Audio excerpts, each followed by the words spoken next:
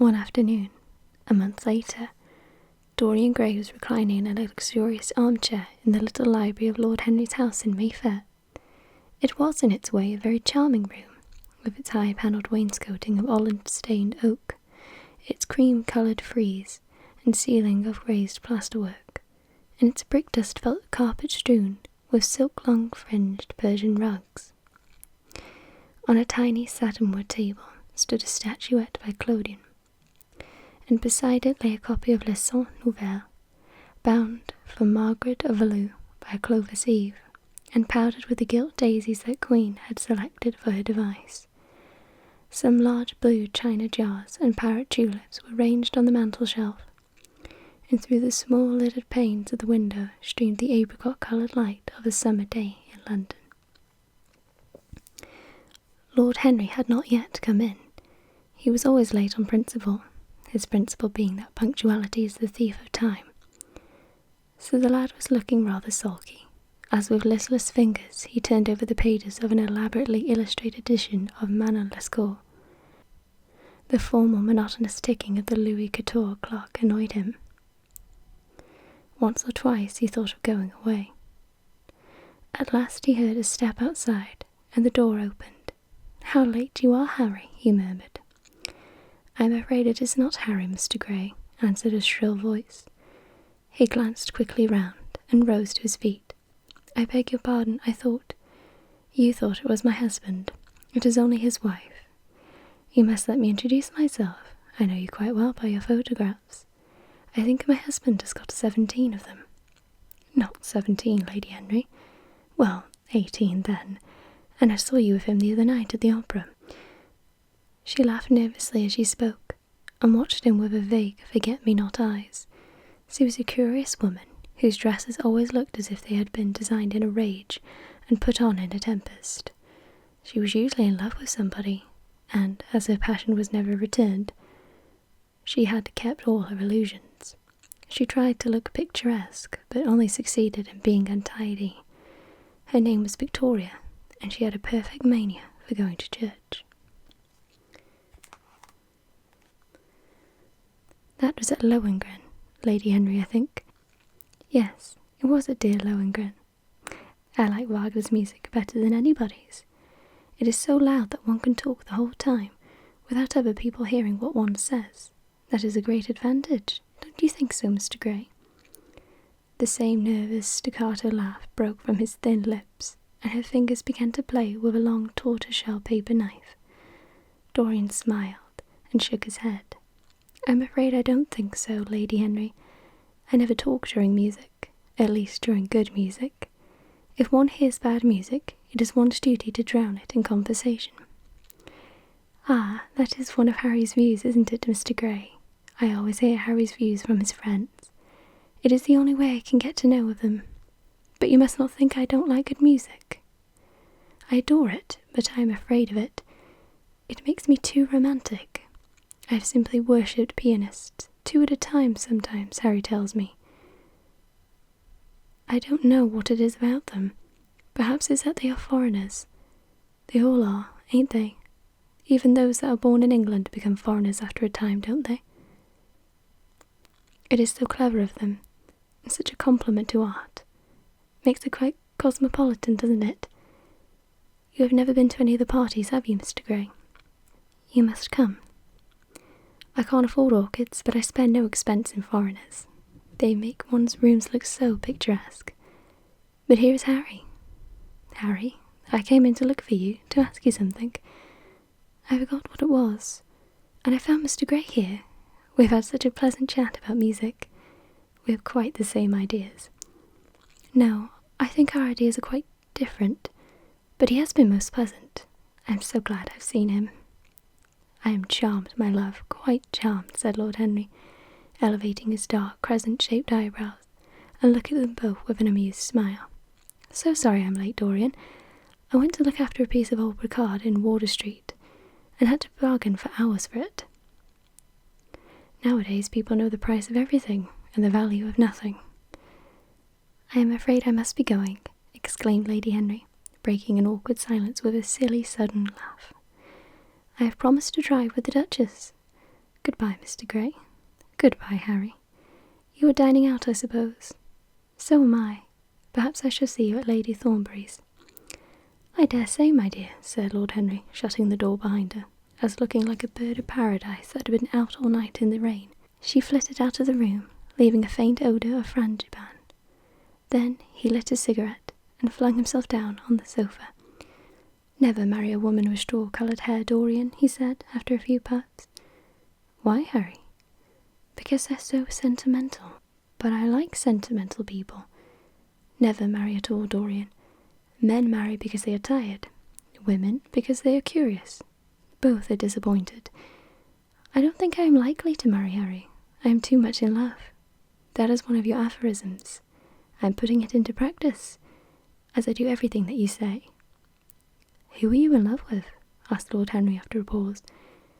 With an actress, said Dorian Gray, blushing. Lord Henry shrugged his shoulders. That is a rather commonplace debut. You would not say if you saw her, Harry. Who is she? Her name is Sibyl Vane. Never heard of her. No one has. People will some day, however. She is a genius. My dear boy, no woman is a genius. Women are a decorative sex. They never have anything to say, but they say it charmingly. Women represent the triumph of matter over mind, just as men represent the triumph of mind over morals. Harry, how can you? My dear Dorian, this is quite true. I am analysing women at present, so I ought to know. The subject is not so abstruse as I thought it was. I find that, ultimately, there are only two kinds of women, the plain and the coloured. The plain women are very useful. If you want to gain a reputation for respectability, you have merely to take them down to supper. The other women are very charming. They paint in order to try and look young. Our grandmothers painted in order to try and talk brilliantly. Rouge and esprit used to go together. That is all over now. As long as a woman can look 10 years younger than her own daughter, she is perfectly satisfied. As for conversation, there are only 5 women in London worth talking to, and 2 of those can't be admitted into decent society. However, tell me about your genius. How long have you known it? Ah, Harry, your views terrify me. Never mind that. How long have you known her? About 3 weeks. And where did you come across her? I will tell you, Harry, but you mustn't be unsympathetic about it. After all, it never would have happened if I had not met you. You filled me with a wild desire to know everything about life. For days after I met you, something seemed to throb in my veins. As I lounged in the park or strolled down Piccadilly, I used to look at everyone who passed me and wonder with a mad curiosity what sort of lives they led. Some of them fascinated me, others filled me with terror. There was an exquisite poison in the air. I had a passion for sensations. Well, one evening about 7 o'clock, I determined to go out in search of some adventure. I felt that this grey, monstrous London of ours, with its myriads of people, its sordid sinners and its splendid sins, as you once phrased it, must have something in store for me. I fancied 1,000 things. The mere danger gave me a sense of delight. I remembered what you had said to me on that wonderful evening, when we first dined together, about the search for beauty being the real secret of life. I don't know what I expected, but I went out and wandered eastward, soon losing my way in a labyrinth of grimy streets and black, grassless squares. About 8:30, I passed by an absurd little theatre, with great flaring gas jets and gaudy playbills. A hideous Jew in the most amazing waistcoat I ever beheld in my life was standing at the entrance smoking a vile cigar. He had greasy ringlets and an enormous diamond blazed in the centre of a soiled shirt. "Have a box, my lord," he said, when he saw me, and he took off his hat with an air of gorgeous civility. There was something about him, Harry, that amused me. He was such a monster. You will laugh at me, I know. But I really went in and paid a whole guinea for the stage box. To the present day I can't make out why I did so, and yet if I hadn't, my dear Harry, if I hadn't, I should have missed the greatest romance of my life. I see you are laughing. It is horrid of you. I'm not laughing, Dorian. At least I'm not laughing at you. But you should not say the greatest romance of your life. You will say the first romance of your life. You will always be loved, and you will always be in love with love. A grand passion is the privilege of people who have nothing to do. That is the one use of the idle classes of a country. Don't be afraid. There are exquisite things in store for you. This is merely the beginning. Do you think my nature so shallow? Cried Dorian Gray angrily. No, I think your nature so deep. How do you mean? My dear boy, the people who love only once in their lives are really the shallow people. What they call their loyalty and their fidelity, I call either the lethargy of custom or their lack of imagination. Faithfulness is to the emotional life what consistency is to the life of the intellect, simply a confession of failure. Faithfulness. I must analyse it some day. The passion for property is in it. There are many things that we would have thrown away, if we were not afraid that others might pick them up. But I don't want to interrupt you. Go on with your story. Well, I found myself seated in a horrid little private box, with a vulgar drop scene staring me in the face. I looked out from behind the curtain and surveyed the house. It was a tawdry affair, all cupids and cornucopias, like a third-rate wedding cake. The gallery and pit were fairly full, but the 2 rows of dingy stalls were quite empty, and there was hardly a person in what I suppose they called the dress circle. Women went about with oranges and ginger beer, and there was a terrible consumption of nuts going on. It must have been just like the palmy days of the British drama, just like I should fancy, and very depressing. I began to wonder what on earth I should do, when I caught sight of the playbill. What do you think the play was, Harry? I should think The Idiot Boy, or Dumb but Innocent. Our fathers used to like that sort of piece, I believe. The longer I live, Dorian, the more keenly I feel that whatever was good enough for our fathers is not good enough for us. In art, as in politics, les grands-pères ont toujours tort. This play was good enough for us, Harry. It was Romeo and Juliet. I must admit that I was rather annoyed at the idea of seeing Shakespeare done in such a wretched hole of a place. Still, I felt interested in a sort of way.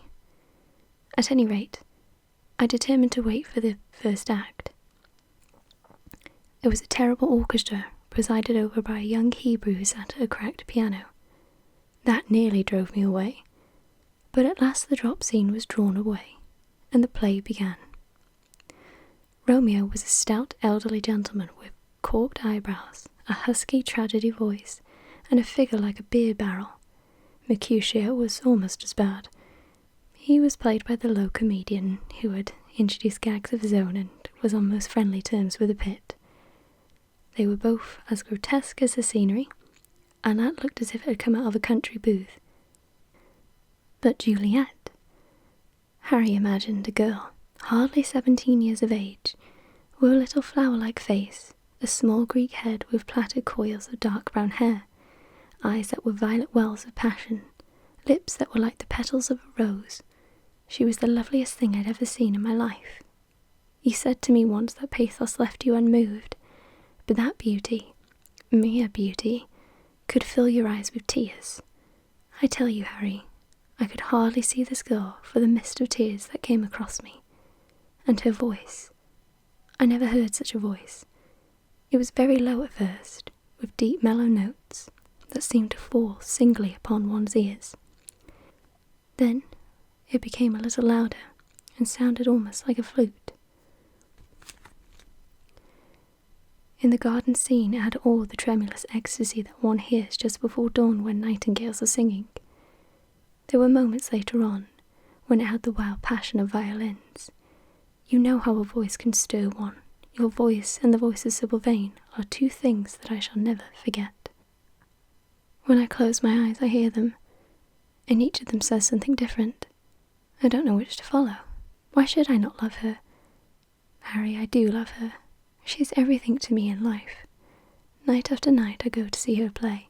One evening she is Rosalind, and the next evening she is Imogen, I have seen her die in the gloom of an Italian tomb, sucking the poison from her lover's lips. I have watched her wandering through the forest of Arden, disguised as a pretty boy in hose and doublet and dainty cap.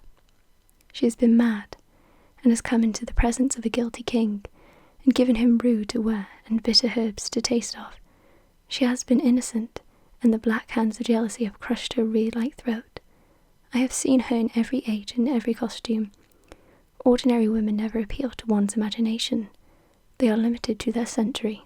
No glamour ever transfigures them. One knows their minds as easily as one knows their bonnets. One can always find them. There is no mystery in any of them. They ride in the park in the morning and chatter at tea parties in the afternoon. They have their stereotyped smiles and their fashionable manner. They are quite obvious. But an actress? How different an actress is.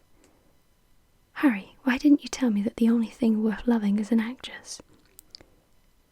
Because I have loved so many of them, Dorian. Oh yes, horrid people with dyed hair and painted faces. Don't run down dyed hair and painted faces. There is an extraordinary charm in them sometimes, said Lord Henry. I wish now I had not told you about Sibyl Vane. You could not have helped telling me, Dorian. All through your life you will tell me everything you do. Yes, Harry, I believe that is true. I cannot help telling you things.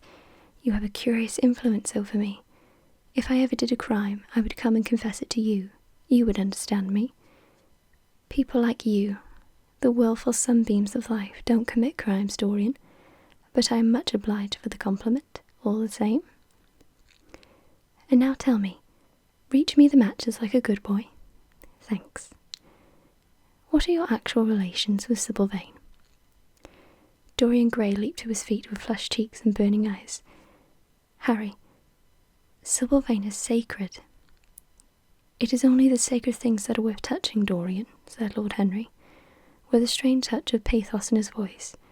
But why should you be annoyed? I suppose she will belong to you one day. When one is in love, one always begins by deceiving oneself, and one always ends by deceiving others. That is what the world calls a romance. You know her, at any rate, I suppose. Of course I know her. On the first night I was at the theatre, the horrid old Jew came round to the box after the performance was over, and offered to take me behind the scenes and introduce me to her. I was furious with him, and told him that Juliet had been dead for hundreds of years, and that her body was lying in a marble tomb in Verona. I think from his blank look of amazement that he was under the impression that I had taken too much champagne or something. I am not surprised. Then he asked me if I wrote for any of the newspapers. I told him I'd never even read them. He seemed terribly disappointed at that, and confided to me that all the dramatic critics were in a conspiracy against him, and that they were, every one of them, to be bought. I should not wonder if he was quite right there, but on the other hand, judging from their appearance, most of them cannot be at all expensive. Well, he seemed to think they were beyond his means, laughed Dorian. By this time, however, the lights were going to be put out in the theatre, and I had to go. He wanted me to try some cigars that he strongly recommended. I declined. The next night, of course, I arrived at the place again. When he saw me, he gave me a low bow, and assured me that I was a munificent patron of art. He was a most offensive brute, thought he had an extraordinary passion for Shakespeare. He told me once, with an air of pride, that his 5 bankruptcies were entirely due to the bard, as he insisted on calling him. He seemed to think it was a distinction. It was a distinction, my dear Dorian, a great distinction. Most people become bankrupt through having invested too heavily in the prose of life. To have ruined oneself over poetry is an honour. But when did you first speak to Miss Sibyl Vane? The 3rd night. She had been playing Rosalind. I could not help going round. I had thrown her some flowers, and she looked at me. At least I fancied that she had. The old Jew was persistent. He seemed determined to take me behind, so I consented. It was curious my not wanting to know her, wasn't it? No, I don't think so. My dear Harry, why? I'll tell you some other time. Now I want to know about the girl. Sibyl? Oh, she was so shy and so gentle. There is something of a child about her. Her eyes opened wide in exquisite wonder when I told her what I thought of her performance, and she seemed quite unconscious of her power. I think we were both rather nervous. The old Jew stood grinning at the doorway of the dusty green room, making elaborate speeches about us both, while we stood looking at each other like children. He would insist on calling me my lord, so I had to assure Sibyl that I was not anything of the kind. She said quite simply to me, "You look more like a prince. I must call you Prince Charming." Upon my word, Dorian, Miss Sibyl knows how to pay compliments. You don't understand her, Harry. She regarded me merely as a person in a play. She knows nothing of life. She lives with her mother, a faded, tired woman who plays Lady Capulet, in a sort of magenta dressing wrapper on the first night, and looks as if she had seen better days. I know that look. It depresses me, murmured Lord Henry, examining his rings. The Jew wanted to tell me her history, but I said it did not interest me. You were quite right. There is always something infinitely mean about other people's tragedies. Sibyl is the only thing I care about. What it is to me, where she came from her little head to her little feet, she's absolutely and entirely divine. Every night of my life I go to see her act, and every night she is more marvellous. That is the reason, I suppose, that you could never dine with me now. I thought you must have some curious romance on hand. You have, but it's not quite what I expected. My dear Harry, we either lunch or sup together every day, and I have been to the opera with you several times, said Dorian, opening his blue eyes in wonder. You always come dreadfully late. Well, I can't help going to see Sibyl play, he cried, even if it is only for a single act. I get hungry for her presence, and when I think of the wonderful soul that is hidden away in that little ivory body, I am filled with awe. You can dine with me tonight, Dorian, can't you? He shook his head. Tonight she is Imogen, he answered, and tomorrow night she will be Juliet. When is she Sibyl Vane? Never. I congratulate you. How horrid you are. She is all the great heroines of all the world in one. She is more than an individual. You laugh, but I tell you that she is genius. I love her, and I must make her love me. You, who know all the secrets of life, tell me how to charm Sibyl Vane to love me. I want to make Romeo jealous. I want all the dead lovers of the world to hear our laughter and grow sad. I want a breath of our passion to stir their dust into consciousness, to wake their ashes into pain. My God, Harry, how I worship her. He was walking up and down the room as he spoke. Hectic spots of red burned on his cheeks. He was terribly excited. Lord Henry watched him with a subtle sense of pleasure. How different he was now from the shy, frightened boy he had met in Basil Hallward's studio. His nature had developed like a flower, had borne blossoms of scarlet flame. Out of its secret hiding place had crept his soul, and desire had come to meet it on the way.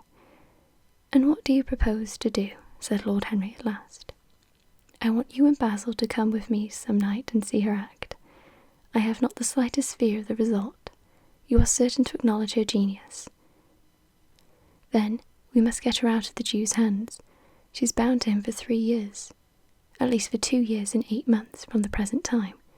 I shall have to pay him something, of course. When all that is settled, I shall take a West End theatre and bring her out properly. She will make the world as mad as she has made me." "That would be impossible, my dear boy." "Yes, she will. She has not merely art, consummate art, instinct in her, but she has personality also, and you have often told me that it is personalities, not principles, that move the age. Well, what night shall we go? Let me see. Today is Tuesday. Let us fix tomorrow. She plays Juliet tomorrow." "All right. The Bristol, 8 o'clock, and I will get Basil. Not 8, Harry, please. 6:30. We must be there before the curtain rises. You must see her in the first act where she meets Romeo." 6:30? What an hour! It'd be like having a meat tea or reading an English novel. It must be 7. No gentleman dines before 7. Shall you see Basil between this and then, or shall I write to him? Dear Basil, I've not laid eyes on him for a week. It is rather horrid of me, as he has sent me my portrait in the most wonderful frame, specially designed by himself, and though I am a little jealous of the picture for being a whole month younger than I am, I must admit that I am slightly in delight of it. Perhaps you had better write to him. I don't want to see him alone. He says things that annoy me. He gives me good advice. Lord Henry smiled. People are very fond of giving away what they most need themselves. It is what I call the depth of generosity. Oh, Basil is the best of fellows, but he seems to me to be just a bit of a Philistine. Since I have known you, Harry, I have discovered that. Basil, my dear boy, puts everything that is charming in him into his work. The consequence is that he has nothing left for life but his prejudices, his principles, and his common sense. The only artists I have ever known who are personally delighted are bad artists. Good artists exist simply in what they make, and consequently are perfectly uninteresting in what they are. A great poet, a really great poet, is the most unpoetical of all creatures. But inferior poets are absolutely fascinating. The worse their rhymes are, the more picturesque they look. The mere fact of having a published book of second-rate sonnets makes a man quite irresistible. He lives the poetry that he cannot write. The others write the poetry that they dare not realise. I wonder is that really so, Harry, said Dorian Gray, putting some perfume on his handkerchief out of a large gold-topped bottle that stood out on the table. It must be if you say it. And now I'm off. Imogen is waiting for me.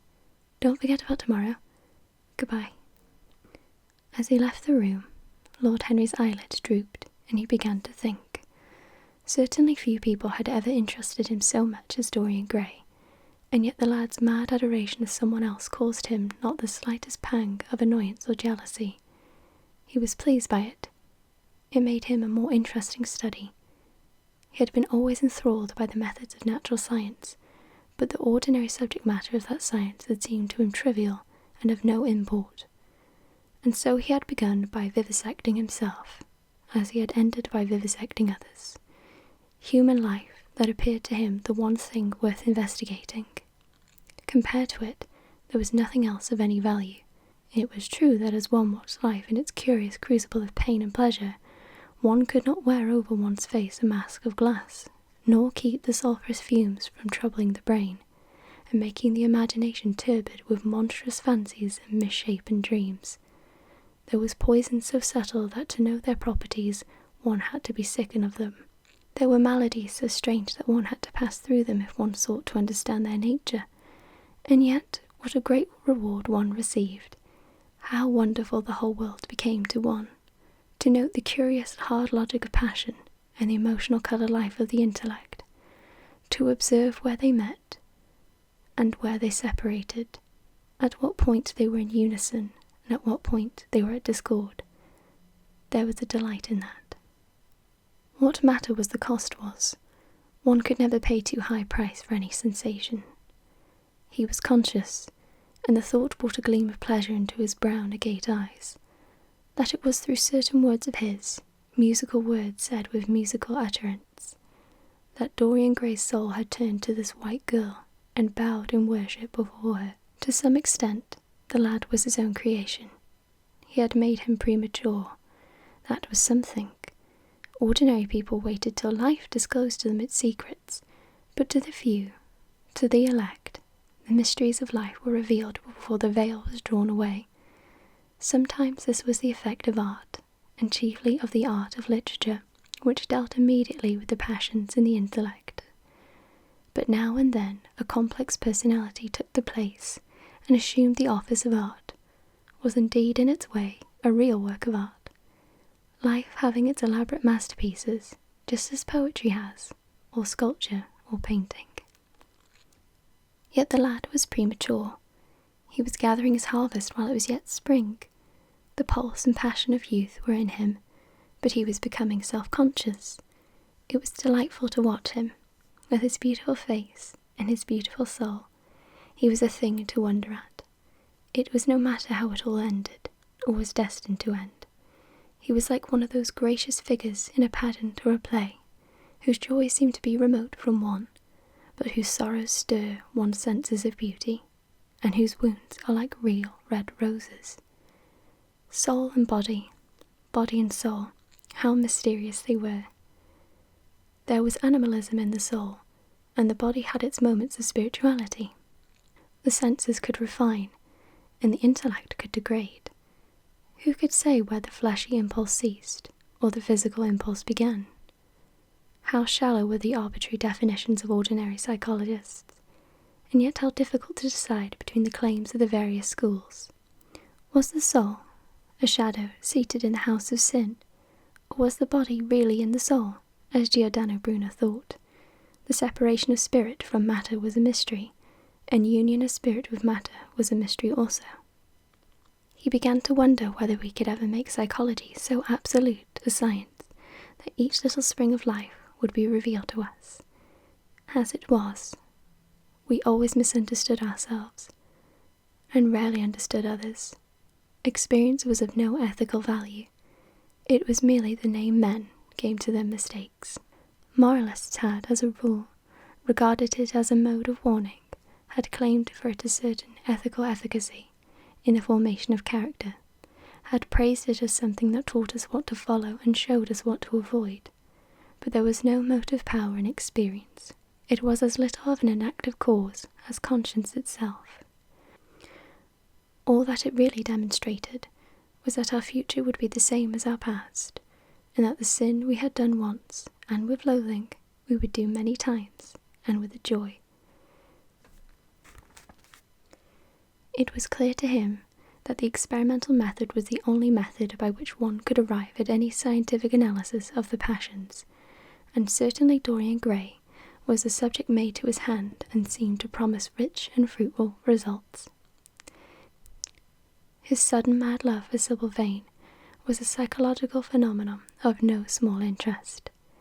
There was no doubt that curiosity had much to do with it, curiosity and the desire for new experiences, yet it was not a simple but rather a very complex passion. What there was in it of the purely sensuous instinct of boyhood had been transformed by the workings of the imagination, changed into something that seemed to the lad himself to be remote from sense, and was from that very reason all the more dangerous. It was the passions about whose origin we deceived ourselves that tyrannized most strongly over us. Our weakest motives were those of whose nature we were conscious. It often happened that when we thought we were experimenting on others, we were really experimenting on ourselves. While Lord Henry sat dreaming on these things, a knock came to the door, and his valet entered, and reminded him it was time to dress for dinner. He got up and looked out into the street. The sunset had smitten into scarlet gold the upper windows of the houses opposite. The panes glowed like plates of heated metal. The sky above was like a faded rose. He thought of his friend's young fiery-coloured life, and wondered how it was all going to end. When he arrived home at 12:30, he saw a telegram lying on the hall table. He opened it, and found it was from Dorian Gray. It was to tell him that he was engaged to be married to Sibyl Vane.